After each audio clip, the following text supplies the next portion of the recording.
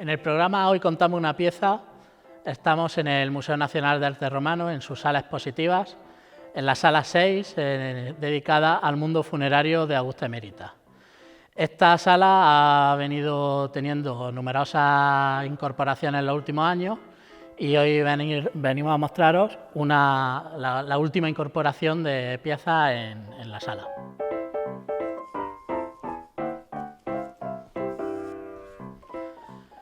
La pieza de la que hablamos es esta estatua de Esfinge, que se conservaba hasta hace poco en el almacén de piezas de gran formato del museo. La pieza en cuestión estuvo ya previamente expuesta en el antiguo Museo Arqueológico de Mérida, en el edificio de Santa Clara, de la iglesia de Santa Clara. Fruto de esa exposición son algunos elementos que después describiré. La Esfinge, como decía, es la última pieza incorporada en el discurso expositivo del museo y supone una adición a una sala que considerábamos que se encontraba relativamente vacía de piezas, especialmente referidas a lo que es el discurso del mundo funerario se refiere. Había en la zona superior hay bastantes piezas expuestas de placas funerarias, pero pensábamos que una diversidad tipológica sería de agradecer para el discurso expositivo. En concreto, como decía, estamos ante la imagen de una esfinge. En el mundo romano la esfinge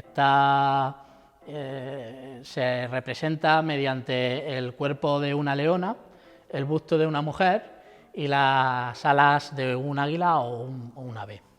La esfinge, como todos sabéis, arranca desde al menos el mundo egipcio, con el ejemplar más famoso de esfinge del mundo antiguo. Sin duda debió arrancar mucho antes, debe de beber de la cultura indoeuropea, porque también existen estos seres híbridos en Asia, en el sureste de Asia y en otras zonas, indicando su antigüedad y su derivación a varias mitologías del mundo europeo y asiático. La esfinge que cogen los romanos es la esfinge griega, que como decimos es un ser híbrido de mezcla de animal y figura humana, pero siempre con un aspecto monstruoso, con un aspecto de fuera de la naturaleza, de fuera de la realidad natural. La esfinge en el mundo griego tiene componentes malévolos y relacionados con ese mundo negativo, pero los romanos le dan una vuelta y la convierten en una esfinge, si no amable, sí cercana al hombre. Y me explico. El mito de la esfinge arranca en el mundo griego con la historia de Edipo. La esfinge era un ser monstruoso que es enviado por los dioses a un monte cercano en la ciudad de Tebas. Allí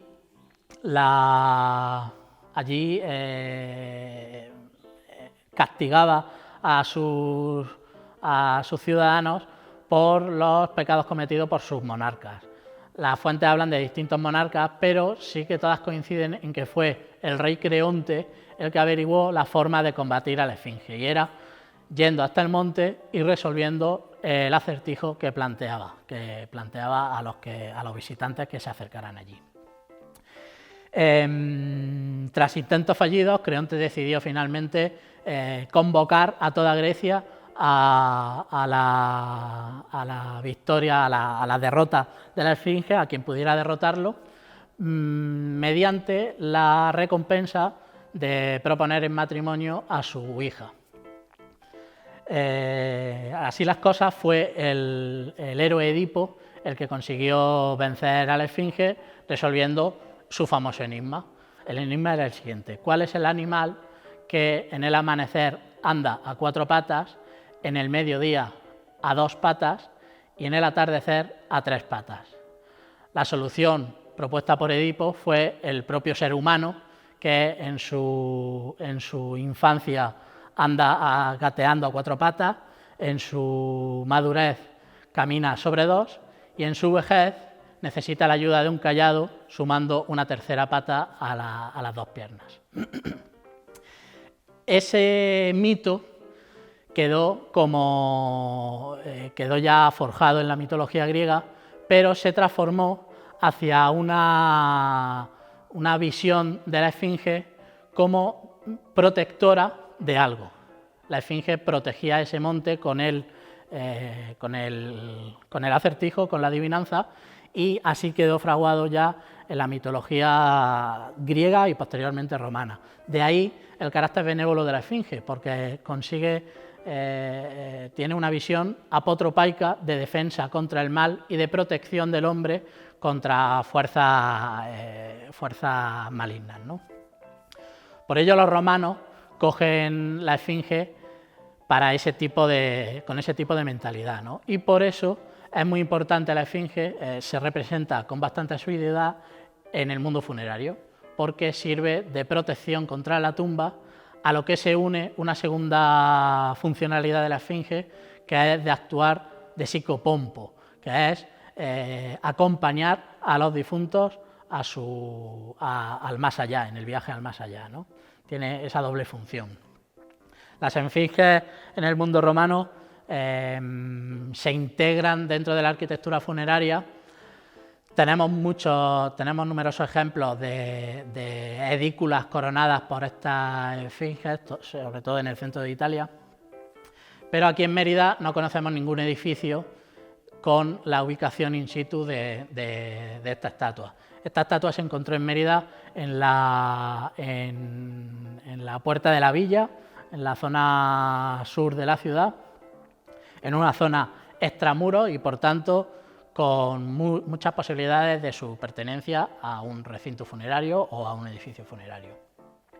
La esfinge, el fragmento que vemos, apareció junto con otra cabeza, y aquí es donde vengo a explicar la integración de la esfinge en el discurso expositivo de Santa Clara, allá por los años 20.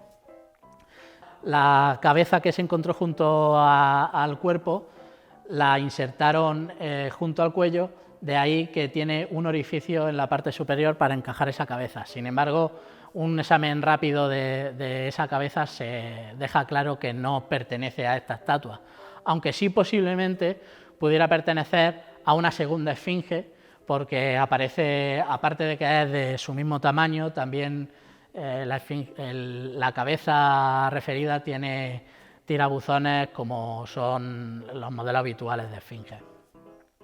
Junto a esa inserción de la cabeza, el restaurador de la época también le insertó unas alas en escayola, de las cuales se conservan las huellas de 3 orificios en cada una de ellas.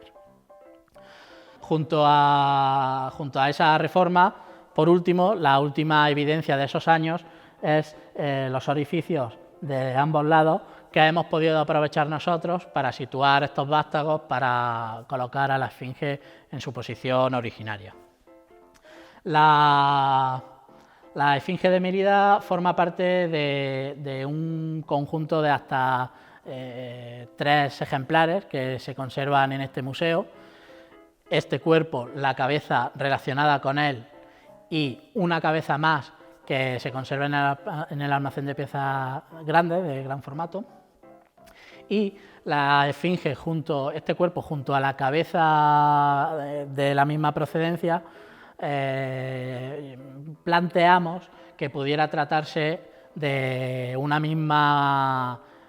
mismo conjunto escultórico procedente de un recinto funerario, porque las esfinges siempre suelen aparecer en conjuntos de 2 o de 4, ya fuera en conjunto de 2 para flanquear la fachada o en conjunto de 4 para ubicarlas en cada uno de esos puntos de las esquinas de los recintos funerarios.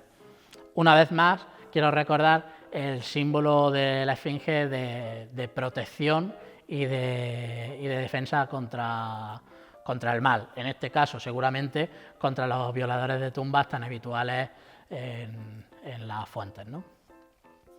Pues eso es todo. La Esfinge supone la última incorporación al museo y esperamos que haya sido de su agrado la explicación.